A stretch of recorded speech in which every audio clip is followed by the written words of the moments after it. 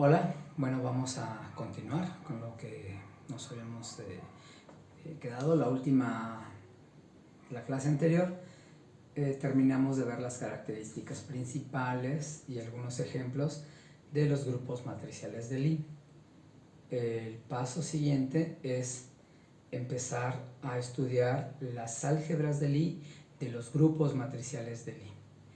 Recuerden que estamos viendo un caso particular de los grupos de Lie, pero un caso particular que es muy importante pues para las matemáticas, pero más para la física teórica, aunque hay aplicaciones en otras partes de la física, por ejemplo el estado sólido y algunas otras, ¿no? Pero bueno, entonces lo que considero es muy importante, como lo he mencionado hace unas clases, las que sean, es que estos grupos matriciales de Lie ocurren con mucha importancia en las teorías físicas, que usamos actualmente para modelar y entender el mundo, ¿no? O sea, los grupos U1, SU2, SU3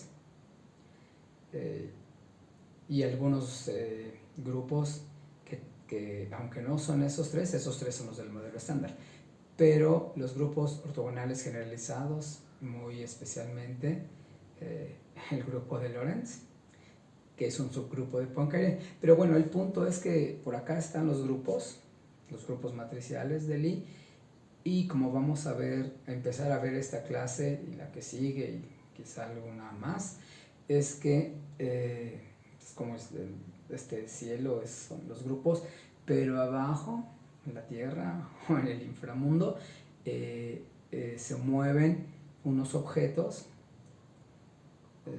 matemáticos, algebraicos, que son precisamente las álgebras de Lie de los grupos matriciales de Lie. Y entonces eso es lo que vamos a empezar a ver hoy. Las álgebras de Lie acuérdense que esta MLG es la manera en la que escribo matrix Lie groups, o sea, grupos matriciales de Lie, y siempre la pongo entre paréntesis, ¿no? en mis apuntes. Bueno, el punto es que, ¿por qué estudiamos estas álgebras? Álgebras de Lie de grupos matriciales de Lie o de grupos de Lie. El punto es que estas álgebras contienen muchísima información acerca de los grupos matriciales de Lie. Hay una como dualidad, la correspondencia no es biunívoca, pero sí hay una correspondencia fuerte entre lo que pasa arriba en los grupos y lo que pasa abajo en las álgebras. Y estas álgebras contienen muchísima información acerca de los grupos, pero tienen la ventaja de ser mucho más fáciles. La manera de los cálculos son mucho más fáciles de calcular por algunas propiedades que muy pronto vamos a ver. Y geométricamente, aunque al parecer ahorita no tendrían mucho que ver los grupos y las álgebras con la geometría, pero bueno, son mucho más fáciles de entender muchos problemas, es mucho más fácil entenderlos y resolverlos en las álgebras que en los grupos, ¿sí? Y esta correspondencia entre los grupos y las álgebras, hay una manera de las álgebras subir información a los grupos. Cada grupo, lo voy a hacer más bien al revés. Si tengo una álgebra, tengo una manera de subir información a el grupo. Entonces vamos a ver adelante unas relaciones muy fuertes que existen entre relaciones entre grupos y relaciones correspondientes entre álgebras. El punto es que la manera en que subimos información de una álgebra a un grupo es a través del mapa exponencial. Entonces, vamos a definir la exponencial. Bueno, aquí tenemos X, pertenece a MNC. ¿Recuerdan hace un par de clases?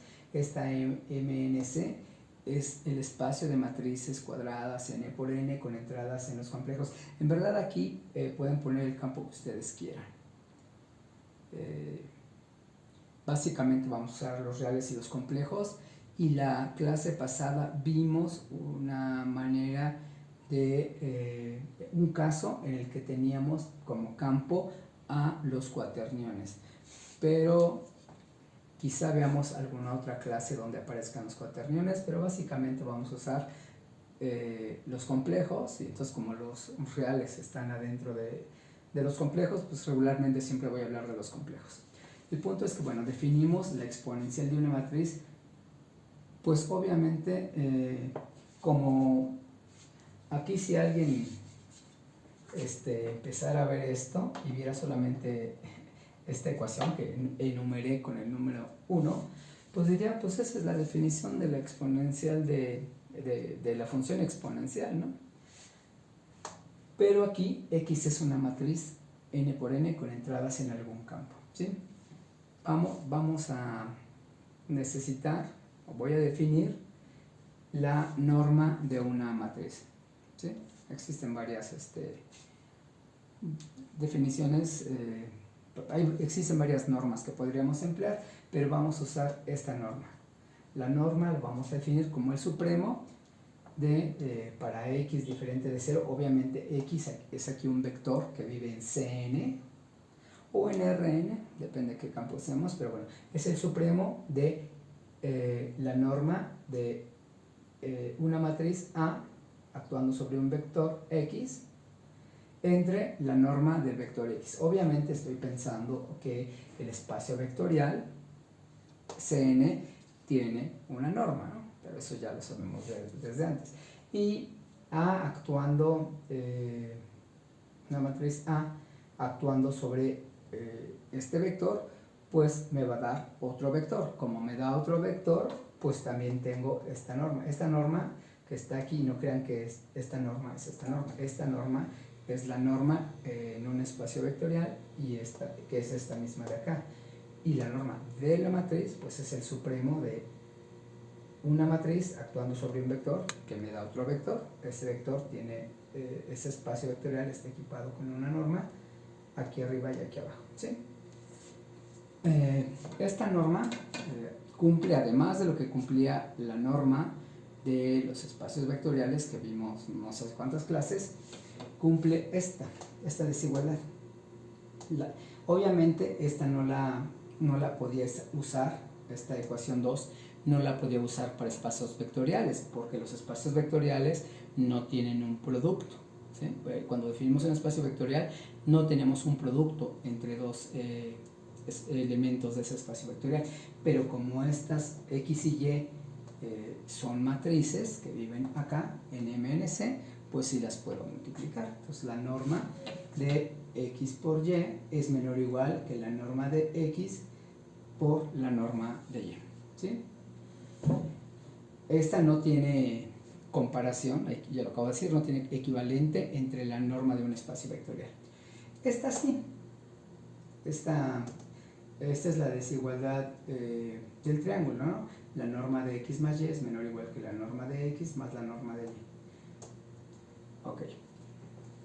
Algo que el punto es que esta definición, esta serie, ¿qué me gustaría? Yo quiero que esta función, así como definí la función exponencial, pues quiero que sea continua, y yo pues quisiera que esto convergiera, ¿no? Que esta sumatoria convergiera. Entonces el punto es que entonces vamos a considerar, aquí digo que si AM es una secuencia de Cauchy, una secuencia de matrices de Cauchy, entonces existe una única matriz A tal que, esto también ya lo habíamos visto, converge elemento entrada por entrada. Esta AM vive aquí en la secuencia. Cada una de estos elementos de esta secuencia de matrices pues tiene entradas IJ, y el punto de convergencia es que cuando M tiende a infinito, pues AM y J converge a la entrada IJ de alguna matriz. Sí, es lo que tengo acá, nada más que con entradas. Para toda IJ entre 1 y N, ¿sí? Usando 2, que es esta de acá, tenemos que la norma de una matriz a una potencia M es menor o igual que la norma de esa matriz elevada a la M. Es inmediato, ¿no? Si aquí X fuera igual a X, pues tendría la norma de X cuadrada menor o igual que la norma de X por la norma de X, ¿sí? Y bueno, hacemos esto, en vez de 2, pues, ponemos M. Entonces, vamos a considerar la suma desde M igual a 0 a infinito de la norma de X n entre n factorial, ¿sí? Debido a este hecho, que es claro, debido a lo que le pedimos que cumpla esta norma para las matrices, pues esta sumatoria es menor o igual que esta sumatoria, ¿sí?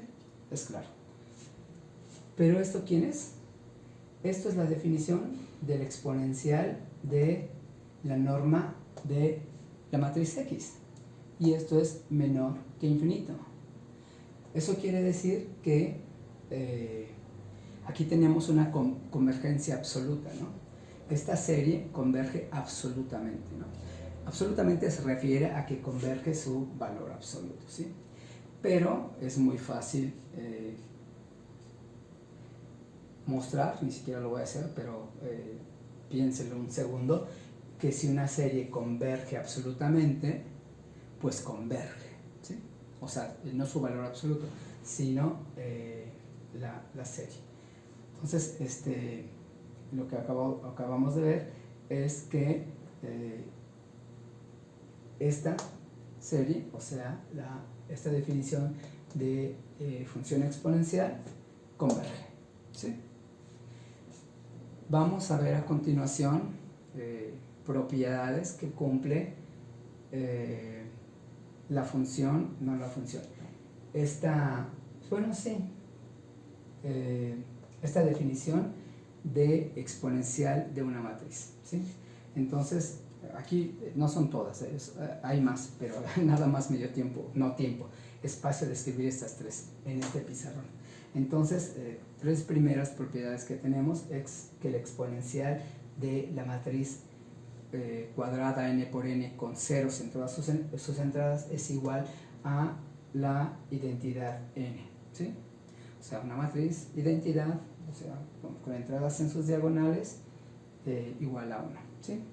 Segunda propiedad es que esta función exponencial tiene un inverso, ¿sí? La inversa de la función de la exponencial de una matriz, es la exponencial de menos la matriz que tengo, ¿sí? Esto bien parece si fuera la función exponencial habitual, ¿no?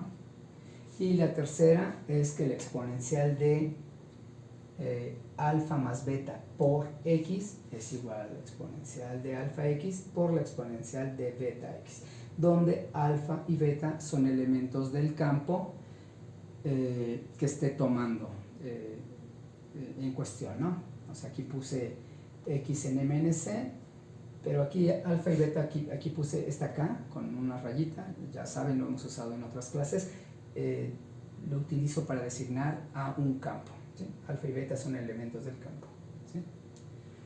Ok, entonces vamos a ver a continuación un poco más de propiedades y voy a decir algo al respecto de cómo vemos que esto es cierto, ¿sí? Bueno, la propiedad 1 es inmediata, es clara, y esta propiedad 2 y esta propiedad 3 van a ser casos particulares de la propiedad 4 que voy a escribir en el siguiente pizarrón. Ahorita es que escriba la propiedad 4 voy a explicar, es muy rápido, es muy fácil.